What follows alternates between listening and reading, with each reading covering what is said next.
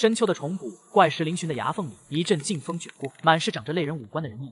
我瞅准时机，网兜猛扣而下，3只人面鹅瞬间被罩在其中。哈！玻璃瓶快准狠扣住网口，拧紧瓶盖的瞬间，我擦了把额角的冷汗。15只，够换一块血髓晶了。我背起背篓，指尖攥着腰间的古镜，这是我穿越时唯一带来的东西，半年来一直贴身藏着，此刻却莫名有些发烫。我不敢耽搁，只想尽快离开这片吃人的虫谷。刚踏出虫谷，拐进山外的羊肠小道，身后突然传来粗粝的喝声：“苏杰，站住！”我心头一紧，猛地回头，就见4个外门弟子堵在路口，眼神死死盯着我背后的背篓，贪婪都快溢出来了。他们和我都是鬼岭宫最底层的捕虫人，然而对方此刻脸上却没半点门门情分，手里还攥着捕虫的铁钳，明摆着来者不善。几位师兄有事？我脚步微错，将背篓护在身后。少废话！为首的麻子脸上前一步，铁钳在手里敲得咔咔响。看你背篓鼓囊囊的，收获不小啊！识相的把人面鹅交出来，饶你一条狗命！这是我拿命抓的，凭什么给你们？我沉声道，心里快速盘算退路。这4人都是入门比我久的老油条，单打独斗我都未必是对手，何况4打1，身后又是陡峭的崖壁，退无可退，竟是被堵进了死路。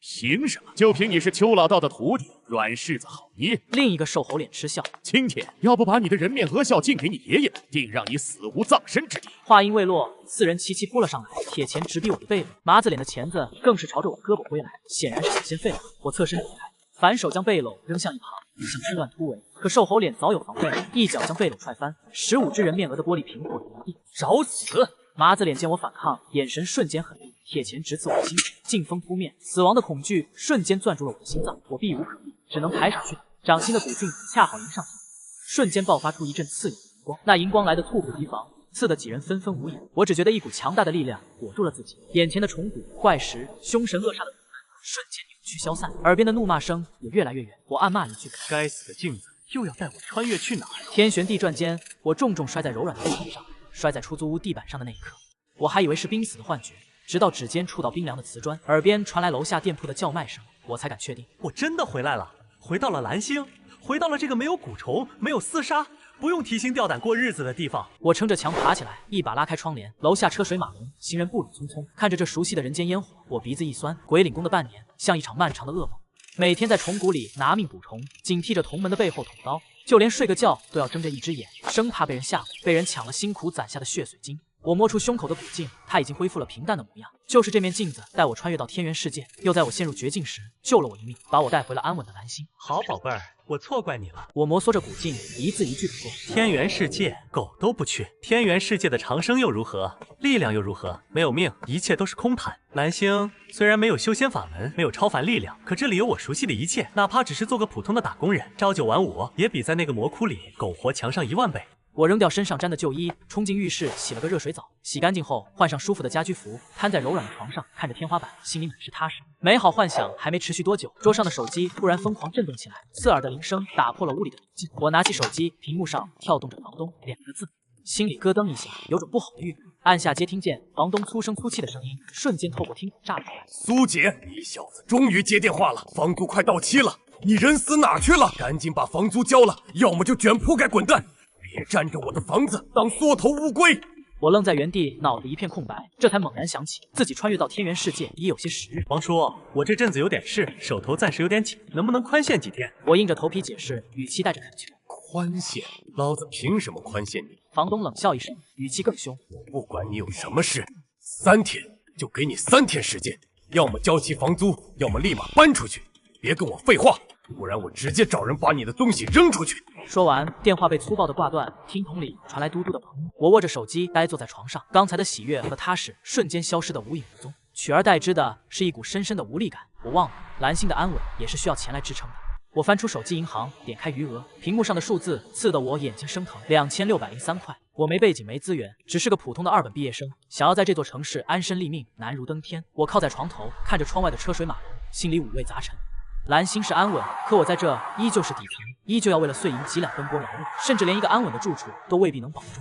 而天元世界虽然危险，可那里有超凡的力量，有改变命运的机会。更重要的是，那里有蓝星没有的唾手可得的财富。我鬼使神差起身走到桌边，拿起那面古镜，脑海里突然闪过鬼岭宫周边的大山，那些数百上千年的古树，金丝楠木、小叶紫檀、黄花梨，在天元世界那些只是无人问津的普通树木，可在蓝星这些都是千金难求的极品物品。华国的木料市场有多火爆，我比谁都清楚。要是砍上几棵，就能换来大把的钱。别说房租，就算是在这座城市买套房子都绰绰有余。我终于明白，无论是在蓝星还是在天元世界，底层的人想要活下去，想要活得好，都不容易。蓝星的安稳对现在的我来说不过是镜花水月，而天元世界虽然危险，却给了我一个翻盘的机会。古镜能带我回去，也能带我回来，这是我最大的倚仗。我不用再像以前那样在鬼岭宫做个任人拿捏的普通人，我可以利用两界的差异赚大钱然后在天元世界修炼提升实力，再也不用怕那些同族的欺压，再也不用怕邱老道的压榨威胁，哪有改变命运更重要？我深吸一口气，眼神渐渐变得坚定。我走到窗边，最后看了一眼蓝星的人间烟火，然后握紧古镜，心念一动，古镜带我回天元世界。荧光再次从镜身泛起，眼前的出租屋渐渐扭曲消散，取而代之的是天元世界那片熟悉的带着阴冷气息的深山。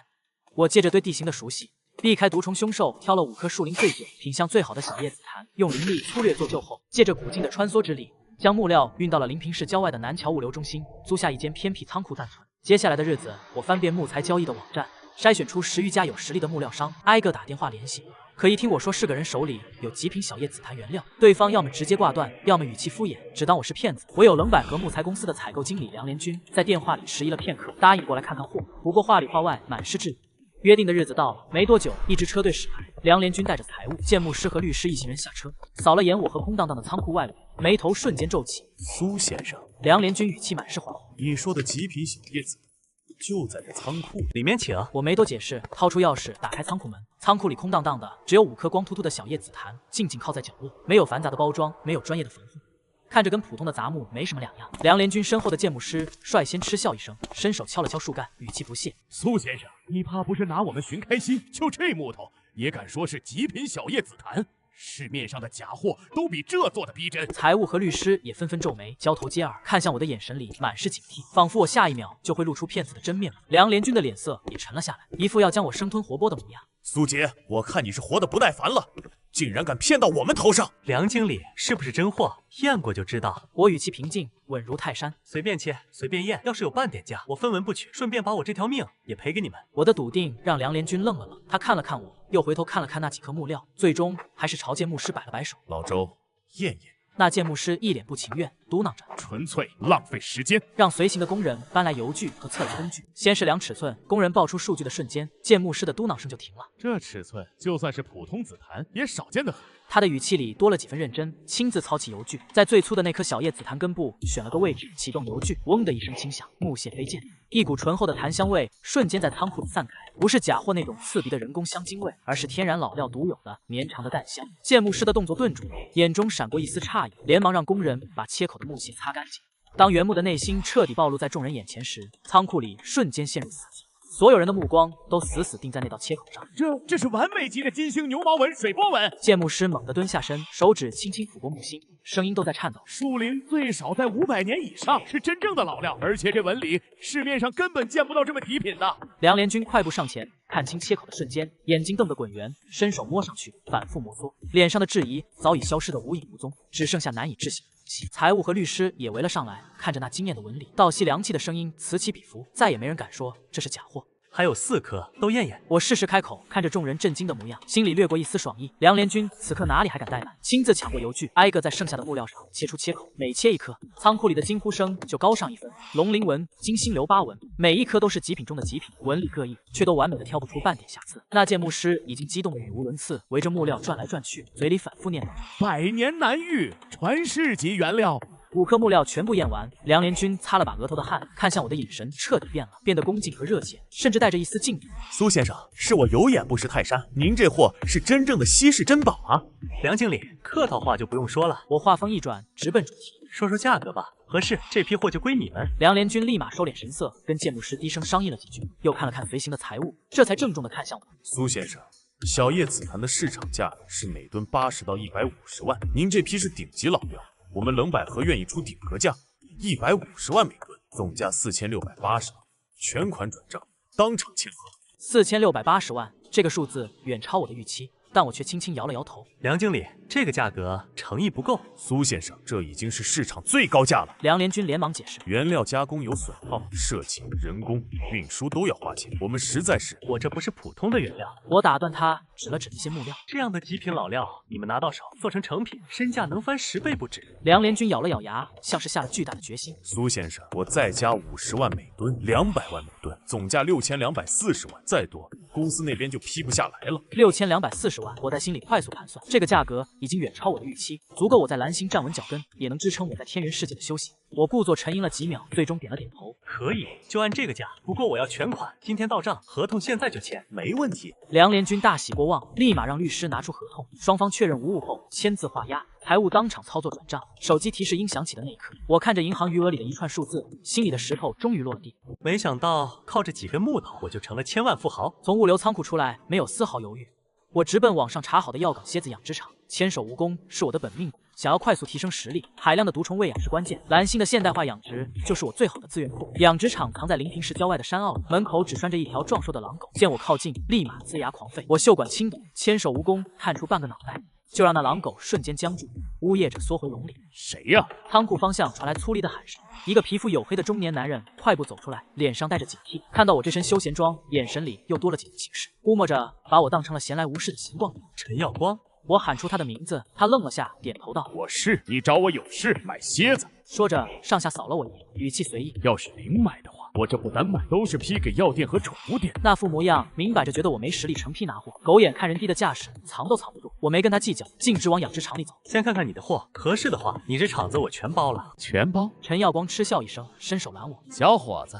吹牛也得有个谱。我这蝎子厂，光养殖厂房就5栋，蝎子上百万只。”加上设备场地，没个几百万下不来，你怕是连零头都拿不出来吧？他的声音刻意拔高，带着几分嘲讽，仿佛笃定我是来消遣他的。换做以前，我或许会被这话噎住，可现在我兜里揣着6000万，底气十足，只是淡淡瞥他一眼。能不能拿出来？看了货再说。要是蝎子品质没问题，500万，你的厂子、设备，还有这上百万只蝎子，全归我，当场转账。这话一出，陈耀光的笑瞬间僵在脸上，眼神里的轻视变成了难以置信，像是看疯子一样看我。500万，小伙子，你别逗我。我这厂子虽说最近行情不好，可也不是阿狗阿猫随便喊个价就能拿下的。你要是没事，就赶紧走，别耽误我干活。他不耐烦的摆手赶，那副笃定我拿不出钱的模样，让我心里生出一丝不耐。我直接掏出手机，点开银行转账记录，递到他眼前。陈耀光，卡号报给我，现在转定金10万，验完货，剩下的490万立马到账。要是你觉得我是骗子，这10万就算是赔你的误工费，不用退。手机屏幕上6位数的余额清晰可见，陈耀光的目光落在上面，瞳孔骤然收缩，脸上的不屑彻底消失，取而代之的是震惊，嘴唇动了动。半天没说出话来，我收回手机，语气平淡：“要是没诚意，我现在就去下一家昆虫养殖场，不止你这一家。”报货报！陈耀光反应过来，忙不迭地报出自己的银行卡号，声音都带着颤。刚才那副狗眼看人低的模样荡然无存，脸上堆着谄媚的笑。苏老板，您里边请，我这就带您看蝎子，品质绝对没话说。都是精心养的东亚前蝎，个头大，毒性足。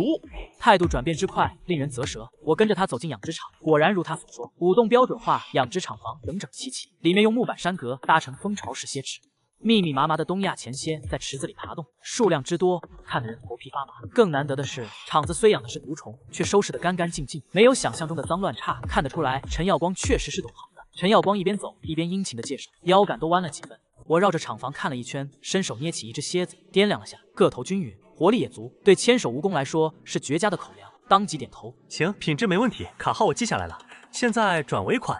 说完，我直接在手机上输入490万，点击转账。几秒钟后，陈耀光的手机响起清脆的到账提示音，他慌忙掏出手机查看。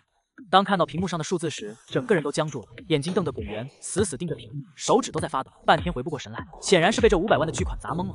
这可是500万，全款到账，没有丝毫拖泥带水，比他预想的最高价格还高出不少，足够他彻底摆脱眼前的困境，甚至能重新开一家更大的养殖场。苏老板，钱到了。陈耀光的声音都在打颤，抬头看我的眼神里满是敬畏和感激，再也没有半分最初的轻视。谢谢你。谢谢你，您放心，我一定好好干，以后您让我做什么我就做什么。我淡淡点头，心中暗道：有了这个稳定的毒虫供应基地，千手蜈蚣实力提升速度定会远超天元世界的其他蛊虫，要不了多久，我就能成为一流蛊师。敲定蝎子场的所有事宜，我没给陈耀光多余的寒暄时间，直接让他装了2万只鲜活的东亚前蝎，搬上我的车，驱车赶回出租屋。我连门都没顾得上反锁，就拎着装蝎子的泡沫箱冲进卧室，一把将千手蜈蚣从袖中放出。他感知到蝎子的气息，瞬间躁动起来。别着急，都是你的。他猛地人力而起，重手昂起，8只复眼闪过冷光，蝎子的甲壳被轻易引碎。千手蜈蚣的进食速度快得惊人，地面上的蝎子以肉眼可见的速度减少，每吞吃一批，它的重身就微微震颤，气息也愈发厚重。不过半个时辰，2万只蝎子就被千手蜈蚣吃了个精光，地面上只留下一层细碎的甲壳残渣，它的重身微微鼓胀，原本深邃的甲壳开始泛出淡淡的半透明光泽，只有周身的气息在快速起伏，显然是到了突破的临界点。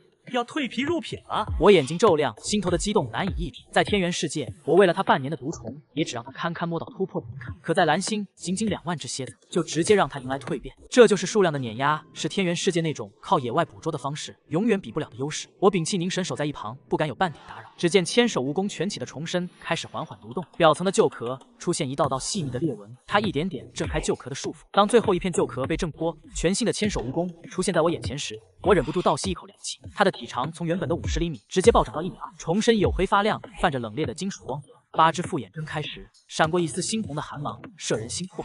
入品后的千手蜈蚣感知到我的目光，缓缓爬到我的脚边，用重手轻轻蹭了蹭我的裤腿，滋滋的叫声里少了几分凶厉，多了几分亲密。我能清晰地感觉到自己的实力也跟着提升了一大截。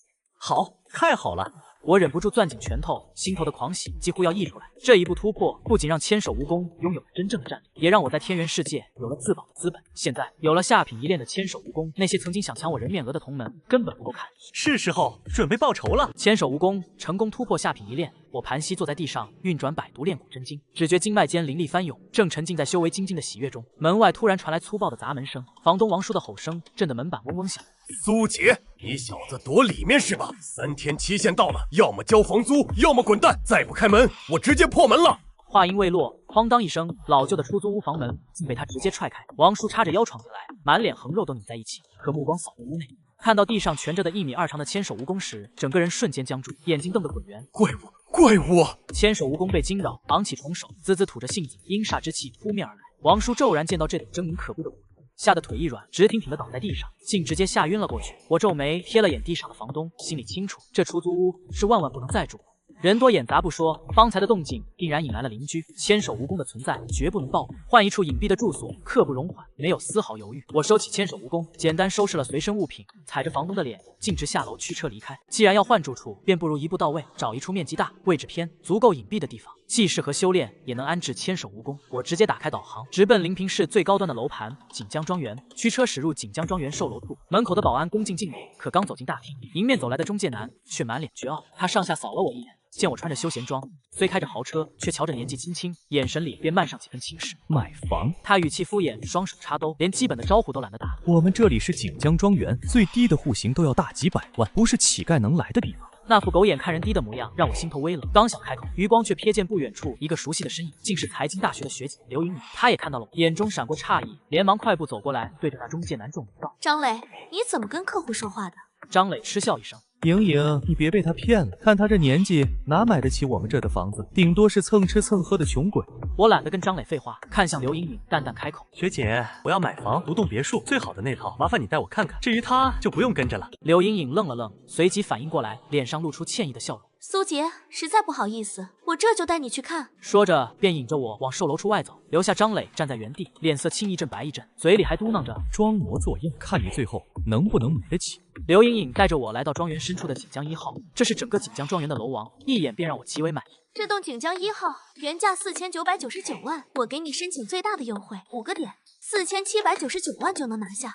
刘莹莹一边介绍，一边有些忐忑。她虽认出我是同校学弟，却也不确定我是否真的有实力买下这栋顶级独栋别墅。价格没问题，全款现在签合同。我语气平淡，没有丝毫犹豫。刘莹莹瞬间瞪大了眼睛，满脸难以置信，确认我不是说笑后，才激动的忙前忙后准备合同。而另一边，张磊见刘莹莹竟真的带着我去看楼王，心里不服，悄悄跟了过来。听到我要全款买下锦江1号时，整个人如遭雷击，愣在原地。张磊脸上的轻视早已被震惊和懊悔取代，嘴唇哆嗦着，一句话都说不出来。这一单的提成比他干10年都多，可他却因为狗眼看人低，白白错失了这个天大的机会。签合同、转款，整个过程行云流水，不过半小时，4799万便转到了开发商账户，锦江1号正式归我所有。刘颖颖拿着签好的合同，手还在微微颤抖，看向我的眼神满是敬佩。苏杰，你也太厉害了，这可是我们锦江庄园的楼王，你居然说买就买。我笑了笑，正想跟刘颖颖交代后续打理的事，身后传来张磊局促的声音。先生，对不起，刚才是我有眼不识泰山，您大人有大量，别跟我一般见识。要不这单还是由我来为您服务吧。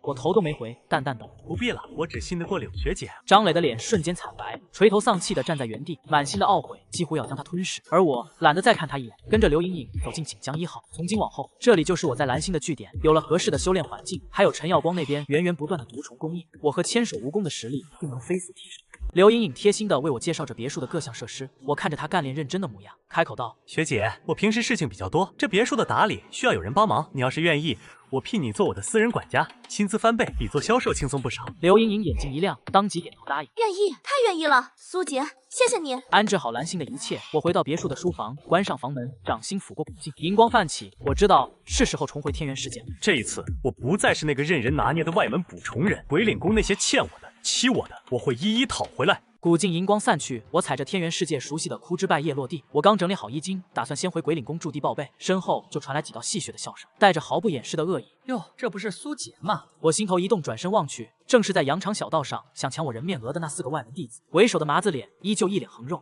手里把玩着捕虫铁器。另外3人呈合围之势慢慢逼近，眼神死死盯着我腰间的储物袋，贪婪都快溢出来。上次不知道你使了什么旁门左道，让你跑了，这次可没那么好运了。瘦猴脸嗤笑一声，脚步不停。看你穿的光鲜，想来是发了点小财，识相的就把身上所有值钱的东西交出来，我们哥几个心情好，就饶你一条狗命。不然的话，旁边一个矮个弟子掂了掂手里的短刀，语气阴狠：“这虫谷深处可是有不少人面蛾和异兽，把你丢进去，连骨头都剩不下，到时候谁知道是我们干的？” 4人越靠越近，他们显然没把我放在眼里。我看着他们这副嘴脸，突然低笑出声，笑声越来越大，眼底的寒意让对面几人的笑容僵在了脸上。饶我一命！我挑眉，语气带着浓浓的嘲讽。就凭你们几个也配？麻子脸脸色一沉，三角眼瞪得溜圆。小子，你找死！看来不给你点颜色看看，你不知道马王爷有3只眼。说罢，他就要招呼身边的弟子动手，指尖已经有几条细小的毒虫在蠕动，显然是做好了随时放蛊的准备。可就在这时，我抬手对着身侧轻轻勾了勾手指，口中淡淡吐出一个字：“出来。”话音刚落，一道黑黝黝的巨大身影便从我的袖中蜿蜒而出，伴随着滋滋的嘶鸣，瞬间落在了地上。正是我的千手蜈蚣。他半直立起身躯，黝黑发亮的甲壳泛着冷冽的光泽，8只复眼睁开时，闪过一丝猩红的寒芒。一股摄人的凶煞气息肆无忌惮地扩散开来，压得周围的草木都微微弯折。这一幕让麻子脸4人脸上的狰狞和嚣张瞬间凝固，他们的眼睛瞪得如同铜铃，嘴巴张得能塞进拳头，连呼吸都忘了。那股远超普通蛊虫的恐怖气息，让他们从脚底凉到了头顶，浑身的汗毛都竖了起来。指尖的毒虫更是吓得瑟瑟发抖，连动都不敢动一下。这是什么蛊虫？麻子脸喉咙滚动了一下，艰难地咽了口唾沫，腿肚子不受控制的打颤，刚才的狠力荡然无存，只剩下浓浓的恐惧和难以置信。你怎么会有这种东西？他们怎么也不敢相信，眼前这头恐怖到极致的蛊虫，竟然是我这个资质低劣的外门弟子的本命。我走到千手蜈蚣身侧，抬手轻轻拍了拍他的甲壳，千手蜈蚣发出一声低沉的嘶鸣，一股更浓的杀气扑面而来。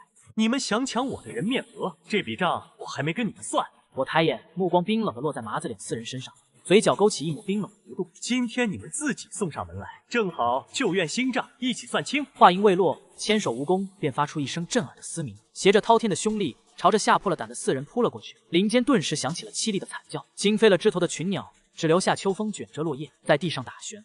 处理完那4个不长眼的弟子，我随手抹去了现场的痕迹，便朝着鬼岭宫驻地走去。到了指令堂报备，管事只是随意扫了我一眼，核对完身份便挥挥手让我离开。对于我这几天的缺席，竟没有半分追问，想来也是外门弟子于鬼岭宫而言，不过是可有可无的耗材，只要还能按时上缴供奉，没人会在意你的去向。我径直回到了自己的石窟住处，这处偏僻的石窟还是我刚入宗门时分到的，狭小又简陋，只有一张石床和一个破旧的蒲团，却胜在安静，也没人愿意来这犄角旮旯找麻烦。我简单收拾了一下，正打算盘膝坐在蒲团上调息，片刻却敏锐地察觉到空气中一丝异样的腥气，这是蛊虫独有的气息，淡得几乎难以察觉，显然是有人刻意收敛，却逃不过我与千手蜈蚣心神相连后的敏锐感知。我不动声色，依旧装作整理东西的模样，余光却瞥见床底的阴影里有一道微弱的动静，同时那股腥气愈发浓郁了些。看来是有人趁我刚回宗门，摸准了我住处偏僻，竟打上了我。我嘴角勾起一抹冷嗤，故意放缓动作，抬手揉了揉眉心，装作一副疲惫不堪的模样，背对着床底，声音也带着几分慵懒。折腾了一天，倒真是累了。话音刚落，床底便传来一阵细微的窸窣声，紧接着一道瘦小的身影猛地从床底窜出，手中捏着一个黑漆漆的瓷瓶，瓶口对准我，一股阴寒的毒雾瞬间喷薄而出。苏杰，拿命来！你的东西从今往后就是我的了。那弟子面目狰狞，正是外门里出了名的惯偷彭世文，平日里就爱偷摸同门的东西，手脚不干净，修为不过运灵境2层，在宗门里也是个底层的底层，竟也敢偷到我头上来。他喷出来的毒雾泛着青黑色，落地处的青石瞬间被腐蚀出一个个小颗。显然是淬了剧毒的毒物，若是寻常外门弟子沾染上，顷刻间便会毒发身亡。彭世文见毒物直奔我后背，眼中满是贪婪和得意，仿佛已经看到我倒在地上，他搜刮我身上财物的模样。可他不知道，如今的我早已不是当初那个任人拿捏的软柿子。就在毒物即将沾到我后背的瞬间，我猛地侧身，脚下步伐一晃，轻松避开了毒物，同时反手对着身侧勾了勾手指，低喝一声：“动手！”滋滋，千手蜈蚣如一道黑色闪电从我的袖中窜出，1.2米的身躯在半空划出一道凌厉的弧线，8只复眼闪着猩红的寒芒，瞬间缠住彭世文。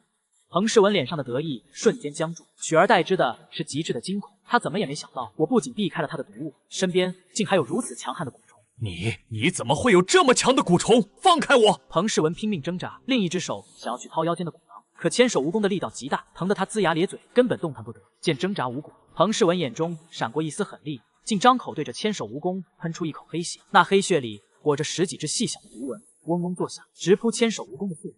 这是他压箱底的本命蛊，土星纹沾之即入脏六腑，腐蚀心脉，极为歹毒，可已然突破下品一练的千手蜈蚣面前，不过是蚍蜉撼树。千手蜈蚣发出一声低沉的嘶鸣，头部的颚牙猛地一张，喷出一股淡黑色的毒液。那毒液落在腐星纹身上，那些毒纹瞬间便化作一滩滩黑水，连半分反抗的余地都没有。紧接着，千手蜈蚣渗出一丝本命毒力，顺着彭世文的血脉快速蔓延开来。彭世文只觉得一股刺骨的寒意从手腕窜入，瞬间流遍全身，五脏六腑仿佛被无数毒虫啃噬，疼得他浑身抽搐，口吐黑血。救命！我错了，求你放过我！他哆哆嗦嗦的求饶，声音微弱的像蚊子。哼！可那本命毒力已然侵入他的心脏，哪里还有挽回的余地？不过数息的功夫，彭世文的身体便僵硬下来，双眼圆睁，死死盯着我，最后一口气咽下，直挺挺的倒在地上。不过片刻便没了动静。千手蜈蚣缓缓爬回我的脚边，用虫手蹭了蹭我的裤腿，发出温顺的滋滋声，仿佛在邀功。这点本事也敢来偷我，真是自不量力！我冷哼一声，心中没有半分波澜。在鬼岭宫这个弱肉强食的地方，对敌人的仁慈就是对自己的残忍。彭世文既然敢打我的主意，就要有付出性命的觉悟。我把彭世文的尸体卖给同门师兄之后，将他洞府内的财物清扫一空。我正要歇口气，忽然刘颖颖声音在脑海中响起：“杰哥，救我！”我打开古镜，立刻回到蓝星。古镜银光炸脸，我已站在锦江1号的客厅，脑海里刘颖颖那带着哭腔的求救声还在回荡，心下瞬间沉到谷底。我抬手照出千手蜈蚣，他感知到我的怒意，重声微颤，猩红复眼，迎着冷光，我沉声道：“守好别墅，我去就回。”话音未落，我已抓起玄关的车钥匙，驱车疾驰而出。刘颖颖帮我打理木材后续，按之前的约定，今日该是和一位外地木料商交割尾款，地点定在城郊的一处闲置仓库。想来便是出了事，轮胎摩擦地面，发出刺耳的声响。我硬生生将车停在仓库门口，推开车门的瞬间，便听见里面传来刘颖颖带着哭腔的挣扎声，还有几个男人猥琐的哄笑。柳小姐，别挣扎，跟了哥几个，保你吃香的喝辣的。那苏杰不过是个毛头小子，能护你到哪儿去？就是那批小叶紫檀本来就是无主之物，你乖乖听话，尾款我们兴许还能给你点零头，不然不仅你要遭殃，那苏杰也别想好过。我一脚踹开仓库的铁门，哐当一声巨响，仓库里的声音戛而止，入目便是触目惊心的。刘颖颖被2个壮汉按在冰冷的地面，头发散乱，脸上挂着泪痕，领口被扯得歪斜，眼中满是恐惧和无助。为首的光头男人叼着烟，手里把玩着一把弹簧刀，身后还站着4个凶神恶煞的打手，地上散落着被撕毁的木材、交割合同。显然这群人根本不是什么正经木料商，而是盯上了我那批极品紫檀，想白吃木材，还要对刘颖颖下手。刘颖颖抬眼看到我，那双满是恐惧的眼睛瞬间泛起水光，积攒的委屈和害怕尽数爆发，哽咽着喊出一声：“杰哥！”眼泪像断了线的珠子，簌簌往下掉。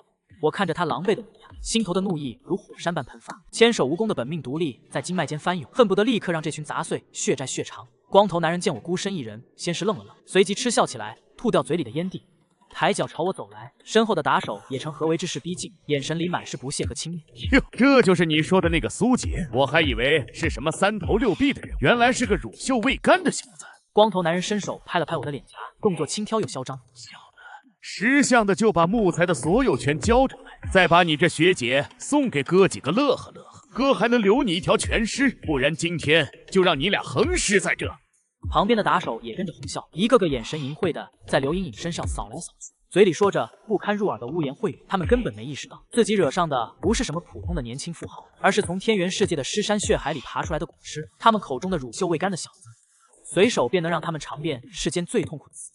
我拍开光头男人的手，嘴角勾起一抹冰冷到极致的弧度，声音没有半分温度。我给你们2个选择，要么自废手脚，跪下来给学姐磕头道歉，我让你们死得痛快点；要么我让你们尝尝生不如死的滋味。哈哈哈，这小子怕不是疯了。光头男人像是听到了天大的笑话，笑得前仰后合，随即脸色一沉，眼中闪过狠厉。既然你不知好歹，那就别怪哥心狠手辣了。给我打，先废了这小子，再好好伺候这位刘小姐。2个打手立刻朝我扑来，拳头带着劲风挥向我的面门。我侧身避开，指尖早已沾了千手蜈蚣的本命剧毒。这毒砖挑经脉和5脏6腑啃噬，能让人在无尽的痛苦中熬上数个时辰才咽气。我抬手看似随意的在2个打手的胳膊上拂过，他们只觉手臂一麻，并未在意，依旧悍然扑来。可下一秒，2人便发出凄厉的惨叫，抱着胳膊在地上翻滚，脸色以肉眼可见的速度变得青紫，皮肤下仿佛有无数毒虫在蠕动，凸起一道道狰狞的纹路，疼得他们满地打滚，连话都说不出来，只能发出呵呵的痛苦呜咽。仓库里的笑声瞬间消失，所有人的脸色都变得惨白，光头男人的笑容僵在脸上，眼中闪过一丝惊恐，下意识的后退了2步。你对他们做了什么？你用了什么阴招？我没有理会他，缓步走向按在刘莹莹身上的2个壮汉。那2人见同伴的惨状，吓得魂飞魄散，慌忙松开刘莹莹，连滚带爬的往后躲，嘴里喊着：“别过来，别过来！”刘莹莹踉跄着站起身，我伸手扶住她，脱下身上的外套披在她身上，轻声道：“别怕，有我在。”她靠在我身边，身体还在微微颤抖，却用力点了点头，看着我的眼神里满是依赖。我扶着柳莹莹站到一旁，抬眼看向剩下的光头4人，眼中的寒意几乎要凝成实质。光头男人强装镇定，掏出弹簧刀横在身前，色厉内荏地喊着：“小子，你敢过来？我告诉你，我背后有人！你要是敢动我们，你也别想好过！”背后有人？我轻笑一声，一步步朝他走去。今天就算是天王老子来了，也救不了你们。我指尖的剧毒再次弹出，这次没有丝毫留情，直接甩向光头4人。那毒物无色无味，在空中悄无声息地散开。4人只觉鼻尖一凉，随即便感觉到浑身的经脉像是被1000万根钢针狠狠扎入，5脏6腑像是被烈火灼烧，又像是被寒冰冻结，2种极致的痛苦交织在一起，让他们瞬间失去了力气，瘫倒在地上。光头男人死死地盯着我，眼中满是恐惧和悔恨。他想要求饶，可嘴巴张了张，只能发出撕心裂肺的惨叫，身体在地上扭曲成一团。那股本命剧毒正在一点点啃噬他们的血肉和灵魂，让他们体验着世间最极致的痛苦。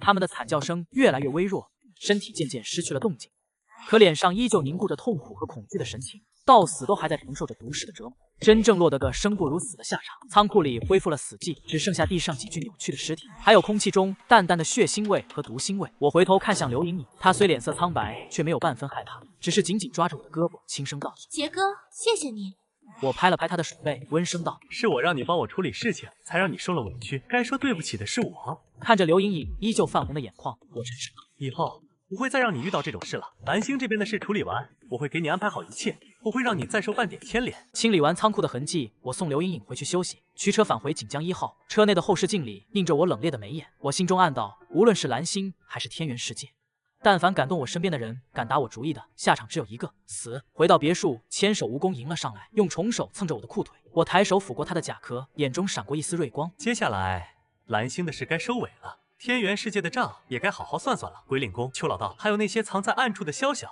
我一个都不会放过。我接过管家收拾好的行李，简单的和刘莹莹告别。这段时间我需要出差一趟，家里就麻烦你了。说完，刘莹莹红着脸在我脸颊落下一吻。注意安全，我等你回来。说罢，我就提着行李出了门，随便找了个没人的地方，发动古镜，重新回到天元世界。鬼岭宫驻地门前，人声鼎沸，邱老道一脉的弟子尽数汇聚于此，黑压压的人群将入口堵得严严实实。我混在人群中，目光越过攒动的人头，落在台阶之上。邱老道身着紫袍，面容清瘦，一双蛇眸竖瞳，冷飕飕的，看得人浑身发寒。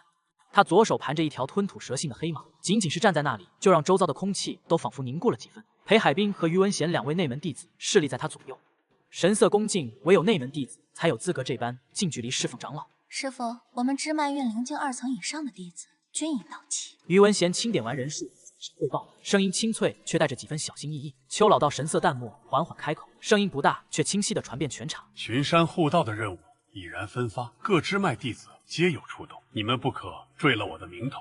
他顿了顿，左手的黑蟒突然张开血盆大口，吐出一把通体银白的白骨文剑。那飞剑长约3尺，剑身通透，一经出现便绽放出莹莹灵韵。旁边磨盘大小的石头被剑光扫过，瞬间便被洞穿一个窟窿。此乃白骨天煞剑，在下品飞剑中亦是上上之选。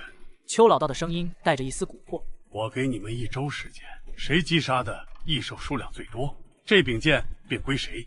话音落下，全场弟子齐齐眼红，连裴海滨都难掩激动，眼神炽热地盯着那柄白骨天煞剑。我心中也泛起波澜，这等利器，谁能不心动？但想到自己的修为和处境，起初并未有太多争抢的念头。毕竟裴海滨已是运灵境6层，还有于文贤这等心思深沉的人物，我一个资质平平的外门弟子，似乎没什么胜算。裴海滨闻言，脸上顿时露出志得意满的笑容，连忙拱手道：“师傅，弟子定然不负您所望，斩杀异兽，为您庆贺即将到来的70大寿。”邱老道收回飞剑，语气平静。若你能胜过其他弟子，这法器便归你。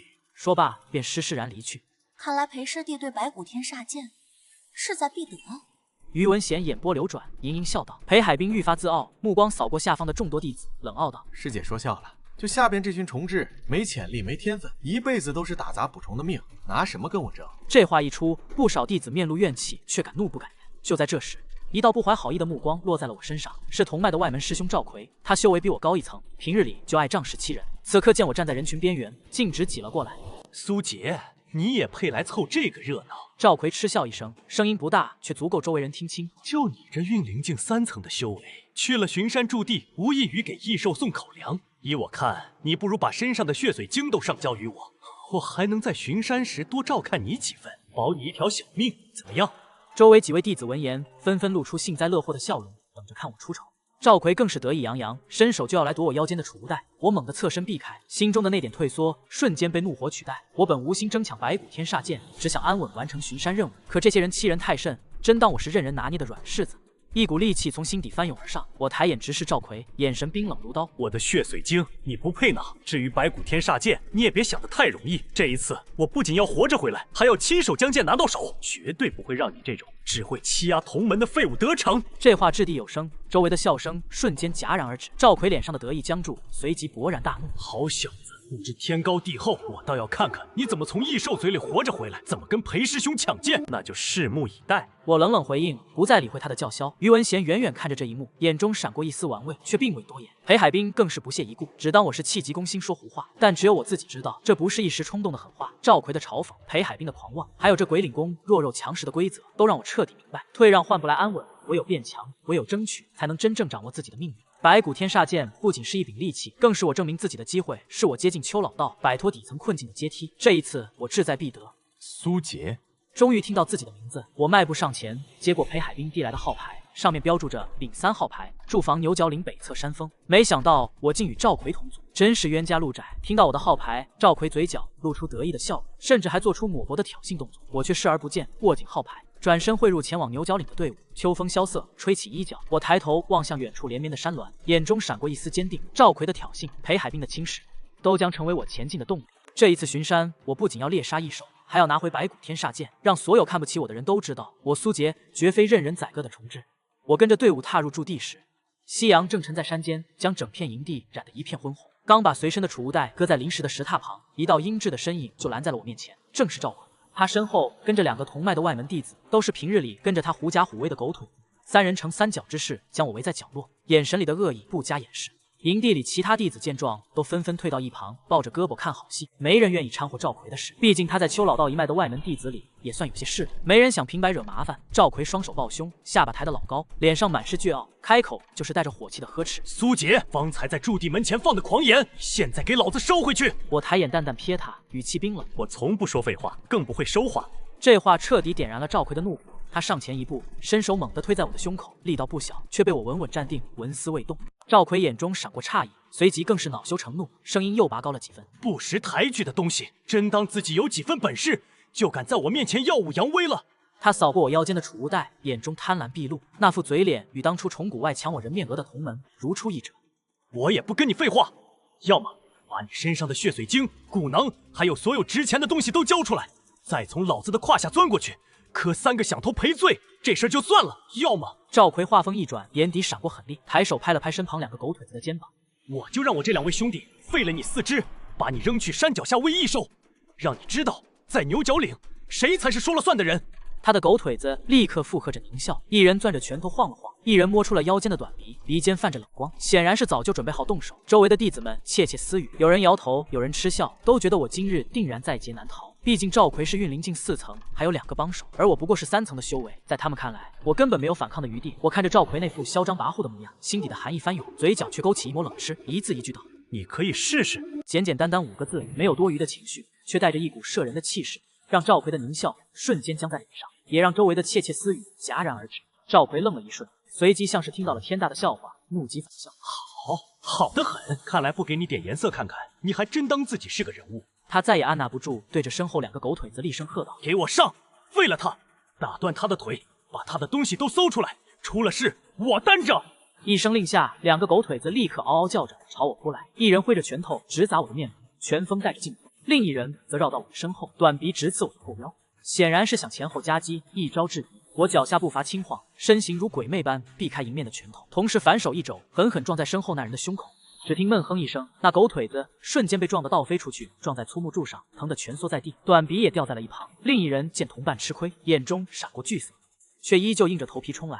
我侧身躲开他的拳头，指尖早已沾了一丝千手蜈蚣的本命毒力，抬手便要往他手腕上扑去。可就在这千钧一发之际，营地外突然传来一声震耳欲聋的嘶吼，那嘶吼声如同惊雷炸响，震得整个营地的兽皮帐篷都嗡嗡作响，地面甚至都微微震颤了一下。一股浓郁的腥风裹挟着狂暴的威压，从山坳的方向席卷而来，让营地里所有人都瞬间僵住，浑身的汗毛不受控制的竖了起来。这是什么声音？好强的威压，是异兽，而且是高阶异兽。不好，是铁齿鹩，这东西怎么会跑到牛角岭北侧来？惊惶的叫喊声瞬间在营地里炸开。原本看好戏的弟子们脸色骤变，纷纷摸出了自己兵刃，眼神里满是恐惧。赵奎那2个狗腿子，一个蜷缩在地，一个僵在原地，脸上的凶戾早已被惊恐取代，连动都不敢动。赵奎自己也瞬间变了脸色，猛地转头望向营地入口的方向，眼中满是难以置信。只见一道巨大的黑影正从山坳里狂奔而来，那黑影足有2米多高，浑身覆盖着棕黑色的硬毛，脑袋如狼似虎，口中露着2排惨白的獠牙，足有手指粗细，泛着森寒的光，一双铜铃大的眼睛里满是嗜血的红光，正是牛角岭一带极为凶残的高阶异兽铁齿鹩。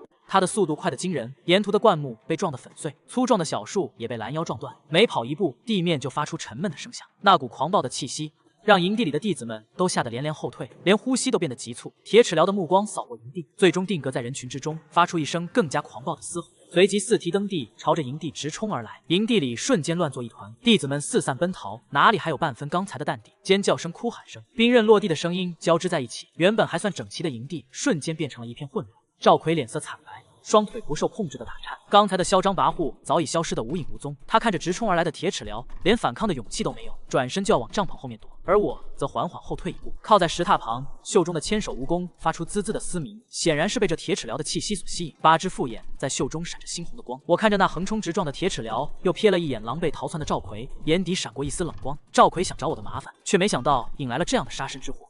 这铁齿鹩虽是凶险，可它的兽核与精血却是炼蛊的绝佳材料，更是能让我快速提升修为的宝贝。既然送上门来，那就别怪我不客气了。铁齿鹩的嘶吼震得山涧回响，那道棕黑色的巨影裹挟着腥风，竟直直朝着我和赵奎的方向猛冲而来。4蹄踏地，溅起碎石尘土，獠牙泛着寒光，腥热的气息扑面，不过数息便已冲到近前。营地里的弟子们吓得魂飞魄散，只顾着四散奔逃，没人敢上前半步，只远远看着这场死局，眼神里满是惊惧。赵奎脸色惨白如纸，双腿抖得如同筛糠，先前的嚣张跋扈早已被极致的恐惧碾得粉碎。他看着越来越近的铁齿鹩，眼底突然闪过一丝阴毒的狠戾，趁我凝神戒备的瞬间，他猛地抬手，用尽全身力气将我朝着铁齿鹩的方向狠狠推去。苏杰，去死吧！赵奎的声音里带着歇斯底里的狞笑，仿佛已经看到我被铁齿鹩撕成碎片的模样。区区运灵境3层，也敢跟我叫板？这下正好给异兽当口粮，省得我动手。赵奎推得又快又狠，我身形微晃，堪堪稳住脚步，后背几乎要贴上铁齿鹩的血盆大口。那股浓烈的腥臭味直冲鼻腔，铁齿鹩的利爪带着劲风拍来，爪尖的寒光刺得人眼生疼。赵奎见我被推到异兽身前，得意的往后急退数步，抱着胳膊站在一旁，嘴角的挂着残忍的笑意，只等看我惨死。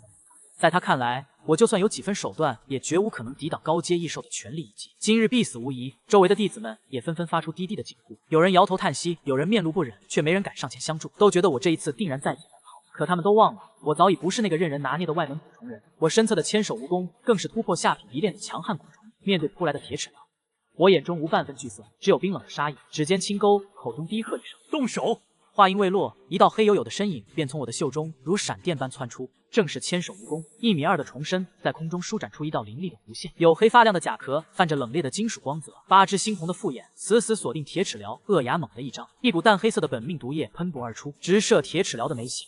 这毒液是千手蜈蚣突破后凝练的精华，毒性霸道无比，专克异兽的经脉精血，哪怕是高阶异兽沾之也必遭重创。铁齿鹩本是势在必得，根本没料到我身边竟有如此强悍的土童，避之不及，毒液精准命中他的眉心。只听滋啦一声轻响，淡黑色的毒液瞬间腐蚀开一片焦黑，铁齿鹩的冲势戛然而止，庞大的身躯猛地僵在原地，他发出一声凄厉的哀嚎，脑袋疯狂摇晃，四肢胡乱奔爬。可那本命毒液早已顺着他的眉心侵入经脉，瞬间蔓延至全身。不过数息，他的庞大身躯便开始抽搐，棕黑色的硬毛纷纷脱落，皮肤以肉眼可见的速度溃烂，眼中的嗜血红光快速褪去，最终彻底失去了神采。轰隆一声，铁齿鹩那2米多高的身躯重重砸在地上，抽搐了2下，便彻底没了动静，连最后一口气都没喘过来，竟是被千手蜈蚣的一口毒液直接秒杀。整个营地瞬间陷入死一般的寂静，连风吹过草木的声音都清晰可闻。所有人都僵在原地，瞪大了眼睛，死死盯着地上的铁齿鹩尸体，又猛地看向我和我身侧的千手蜈蚣，脸上的惊惧瞬间被极致的震惊取代，连呼吸都忘了。方才还觉得我必死无疑的赵奎，更是如遭雷击，整个人僵在原地，嘴巴张得能塞进拳头，眼中满是难以置信和深深的恐惧，浑身的汗毛都竖了起来，后背瞬间被冷汗浸透。这不可能！千手蜈蚣缓缓爬回我的脚边，用虫手轻轻蹭了蹭我的裤腿，发出温顺的滋滋声，与方才秒杀铁齿鹩时的凶力判若两重。可这一幕落在众人眼中，却更让他们心惊胆战。不知过了多久，营地里才响起一声倒吸凉气的声音，随即死寂被彻底打破。弟子们看着我的眼神，从最初的轻视看热闹，彻底变成了敬畏、崇拜，甚至还有几分谄媚。有人率先反应过来，连忙小跑着来到我面前，拱手躬身，语气恭敬无比：“苏师兄，您真是深藏不露，一招秒杀铁齿鹩，这份实力实在是太厉害了。苏师兄高义，方才若不是您出手，这铁齿鹩定然会在营地里大肆屠戮，我们都得遭殃。多谢苏师兄救命之恩。苏师兄年纪轻轻，便有如此实力，将来必定前途无量。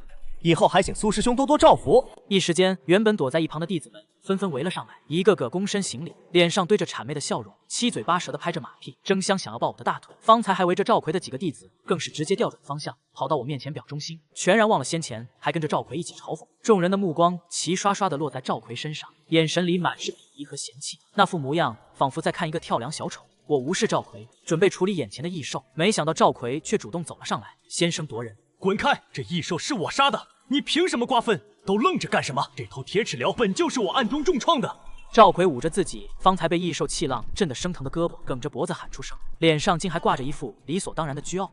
我早就瞧出这畜生气息虚浮，方才趁他不备，以本命蛊暗中伤了他的脏腑，这才让苏杰捡了个现成的便宜，不然就凭他也想秒杀高阶异兽。这番话毫无根据，却被他说得理直气壮。他看着周围弟子看向我时的敬畏目光，心头的嫉妒与不甘几乎要溢出来，竟不惜厚着脸皮抢占功劳，只想在众人面前扳回一局，重新立住自己的威势。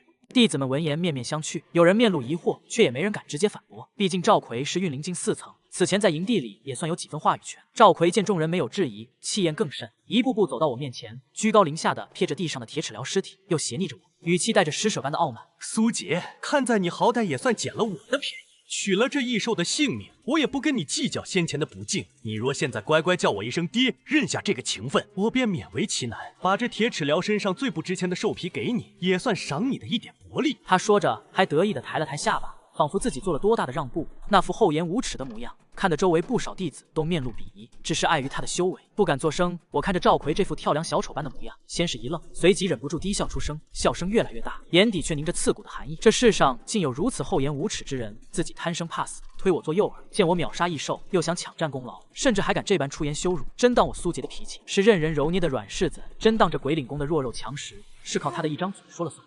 赵奎，我的笑声戛然而止，声音冷得像淬了冰的刀锋，一字一句砸在空气中。你怕是被异兽的凶器吓破了胆，连脑子都不清楚了。赵奎的脸色瞬间沉了下来，眼中闪过狠厉。怎么，你敢不服？我说这异兽是我重创的，就是我重创的。今天你要么叫爹领赏，要么就别怪我翻脸不认人，废了你这不知好歹的东西。他说着便抬手做事要朝我扑来，指尖还隐隐有细小的蛊虫蠕动，显然是想故技重施，用蛊术压制我。可他终究低估了我的实力，也低估了我斩草除根的决心。在他抬手的瞬间，我身形一动，如鬼魅般出现在他面前，速度快得让他根本来不及反应。袖中的千手蜈蚣瞬间探出一道毒须，带着凛冽的本命毒力直扫他的右臂与右腿。咔嚓咔嚓，2声清脆的骨裂声接连响起，伴随着赵奎撕心裂肺的惨叫，他的右臂以一个诡异的角度弯折下去，右腿膝盖也彻底碎裂。淡黑色的毒力顺着伤口快速蔓延，让他的四肢瞬间失去知觉，疼得他浑身抽搐，直挺挺地跪倒在地上，额头冷汗直冒，脸色惨白如纸，哪里还有半分刚才的嚣张跋扈。周围的弟子们见状，皆是倒吸一口凉气，下意识地往后退了几步，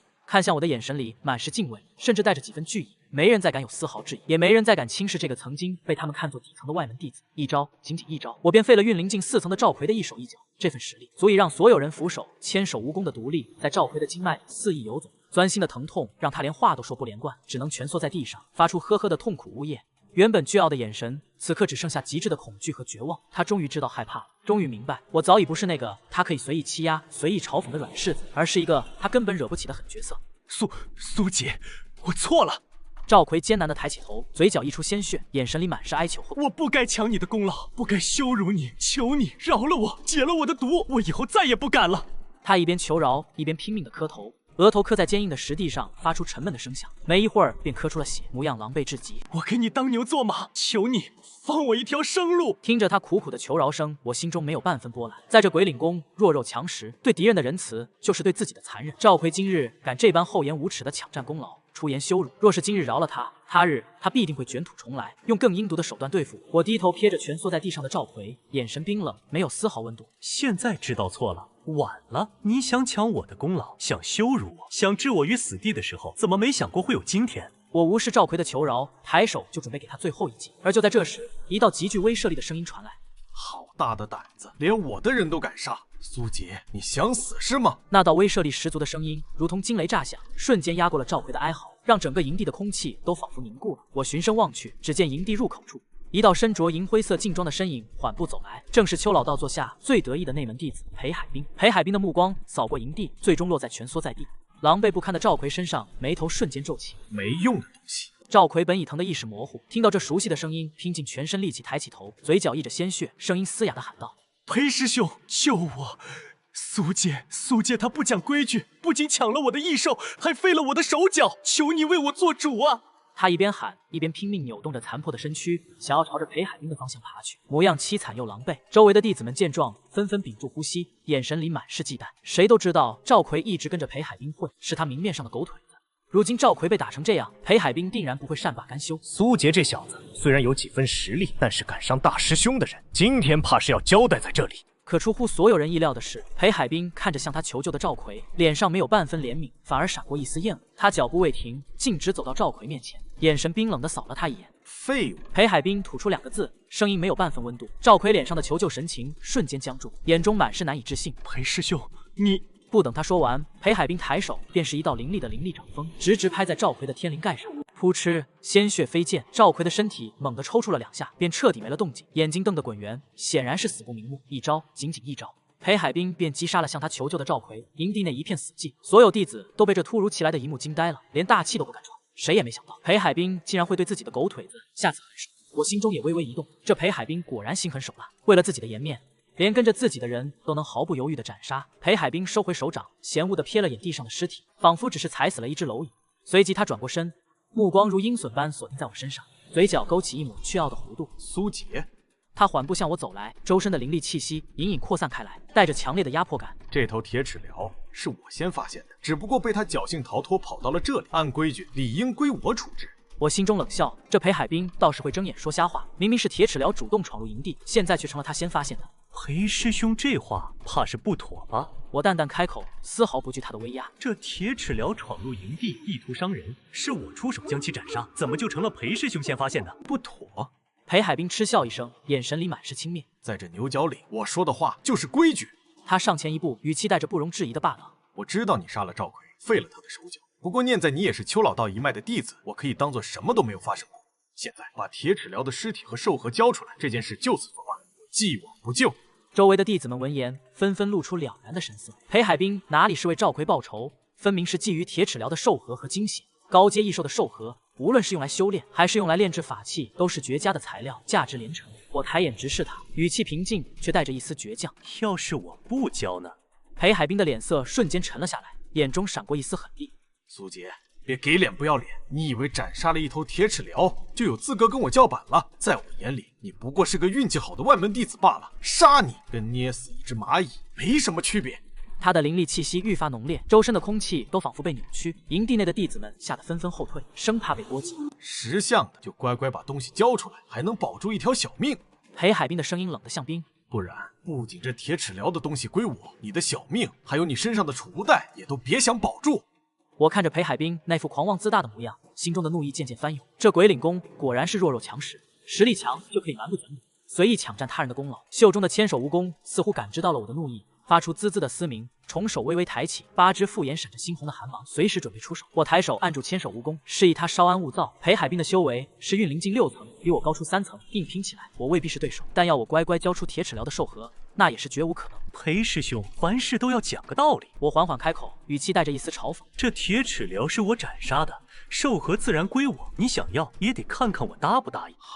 好得很。裴海滨被彻底激怒，眼中杀意毕露。既然你不知好歹，那就别怪我不客气了。今天我就让你知道，在绝对的实力面前，你的那些小聪明根本不值一提。话音未落，裴海滨便抬手一挥，一道凌厉的灵力剑影瞬间凝聚而成，带着呼啸的劲风直劈向我。裴海滨的灵力剑影裹挟着劲风劈来，剑势凌厉，带着运灵境6层的威压，直逼我的面门。周遭的空气都被这股力量搅得扭曲，连地面的碎石都被卷得翻飞。几个心性还算善良的同门忍不住低声劝我：“苏师兄，快把铁齿疗交出去吧！裴师兄是内门核心，你根本不是对手，别为了异兽丢了小命啊！”是啊，苏师兄，留得青山在，不愁没柴烧，何必跟他硬拼？他们的声音带着真切的担忧，在这弱肉强食的鬼领宫能说出这番话，已是难得。我侧头瞥了他们一眼，微微颔首，心中掠过一丝暖意，却依旧没有半分退让的意思。裴海滨见我纹丝不动，嘴角的嘲讽更甚。看来你是铁了心要找死，那我就随你的愿。灵力剑影的速度又快了几分，寒芒刺目，死亡的气息瞬间笼罩下来。我脚下步伐急晃，身形如鬼魅般向侧方闪躲，剑影擦着我的肩头劈在地上，轰的一声，青石地面被劈出一道深数寸的沟壑，碎石四溅。避过这一击，我抬手从储物袋中摸出一个银白的瓷瓶，瓶塞拔开，一股浓郁的灵力气息瞬间散开。瓶中只有一枚通体赤红的丹药，正是我从蓝星归来后用天元世界的珍稀药材配合蓝星的提纯技术炼制的爆元丹。此丹能强行催动体内灵力，短时间内将修为提升1层，代价却是事后会灵力耗竭，甚至经脉受损。可此刻已是箭在弦上，不得不发。那是爆元丹，苏师兄竟有这等丹药，疯了吧？爆元丹伤身，他这是要跟裴海滨拼命啊！周围的惊呼声此起彼伏。裴海滨的脸色也微微一变，显然没料到我竟有这般底牌，眼中的轻视淡了几分，多了一丝凝重。我没有丝毫犹豫，将爆元丹丢入口中，丹药入口即化，一股狂暴的灵力瞬间从丹田炸开，顺着经脉疯狂游走，所过之处，经脉传来阵阵撕裂般的疼痛。可我的修为也在这股力量的推动下飞速攀升，运灵境3层巅峰，4层巅峰，气息暴涨的瞬间，我周身的衣袍无风自动，眼中闪过凛冽的寒光，原本被裴海滨压制的气势瞬间反压回去，竟真的提升了1层。裴海滨低喝一声，眼中杀意更浓。就算你提升1层，也不过是运灵境4层，也敢跟我叫板？话音未落，他抬手再凝剑影，这次的剑影比先前粗了数倍，灵力波动也更为狂暴。他纵身跃起，剑影自上而下朝着我狠狠踢来，是要将我一击毙命。千手蜈蚣，动手！我低喝一声，袖中的千手蜈蚣如一道黑电窜出，1米2的虫身在空中舒展，颚牙大张，喷吐出一道淡黑色的本命毒液，直迎向灵力剑影。同时，他的百足翻飞，带着凌厉的劲风扑向裴海滨的周身，封锁他的退路。区区蛊虫也敢放肆！裴海滨冷哼一声，左手捏诀，一道灵力护盾瞬间凝聚在身前，毒液撞在护盾上，发出滋啦的腐蚀声，护盾泛起阵阵涟漪，却并未碎裂。可千手蜈蚣的真正目的本就不是破盾，而是缠住他的动作。趁裴海滨分神抵挡毒液的瞬间，我身形一闪，欺身而上，掌心凝聚起暴涨的灵力，朝着他的胸口狠狠拍去。裴海滨反应极快，侧身避开我的掌风，右拳紧握，灵力灌注其中，一拳砸向我的小腹，拳风刚猛，带着破风之声。我抬手格挡，砰的一声闷响，灵力碰撞的气浪将我震得连连后退数步，胸口一阵翻涌，喉头涌上一丝腥甜，硬生生咽了回去。运灵境6层的实力果然不容小觑，即便我靠爆元丹提升了1层，硬拼之下依旧落了下风。就这点本事？裴海滨步步紧逼，手中灵力剑影接连凝聚，一道接着一道劈来。我看你这爆元丹的药效能撑多久？剑影密集如网，封死了我所有的闪躲方向。我只能靠着对地形的熟悉，在营地的石榻、木柱间辗转腾挪。千手蜈蚣则死死缠在裴海滨身侧，百足不断刺向他的周身大穴，虽不能伤他，却也让他难以全力出手。一时间，营地内只听得见灵力碰撞的轰鸣，蜈蚣嘶鸣与剑影破风的声响，碎石横飞，木柱断裂，原本还算整齐的营地被搅得一片狼藉。我的经脉被爆元丹的狂暴灵力撕扯着，每一次催动灵力，都像是有无数钢针在扎，汗水浸透了衣袍，脸上布满了血痕，那是被剑影的余波划伤的。裴海滨也并不好过，千手蜈蚣的毒须虽被他的灵力抵挡，可毒力还是有丝丝缕缕渗入他的经脉，让他的动作渐渐慢了几分。身上的劲装也被蜈蚣的百足划开数道口子，渗出血迹。该死的蛊虫！裴海滨被缠得怒火中烧，猛地一掌拍向千手蜈蚣，这一掌凝聚了他80%的灵力。千手蜈蚣避之不及，被拍中重身，发出一声凄厉的嘶鸣。重身被震得倒飞出去，撞在粗木柱上，掉落在地，微微抽搐，却还是强撑着抬起重手，对着裴海滨发出滋滋的威胁声。蜈蚣！我心头一紧，顾不得经脉的剧痛，将体内仅剩的灵力尽数凝聚在掌心，朝着裴海滨的后背狠狠地拍去。裴海滨正盯着千手蜈蚣，没料到我竟会不顾自身安危，悍然偷袭。待他反应过来，想要回身抵挡时，已然晚了。砰！掌心结结实实拍在他的后背，狂暴的灵力瞬间涌入他的经脉。裴海滨的身体猛地一颤，一口鲜血喷吐而出，向前踉跄数步，撞在铁齿寮的尸体上，才堪堪稳住身形。他缓缓转过身，脸色惨白如纸，嘴角挂着触目惊心的血迹，眼中满是难以置信和滔天的怒。你竟敢伤我！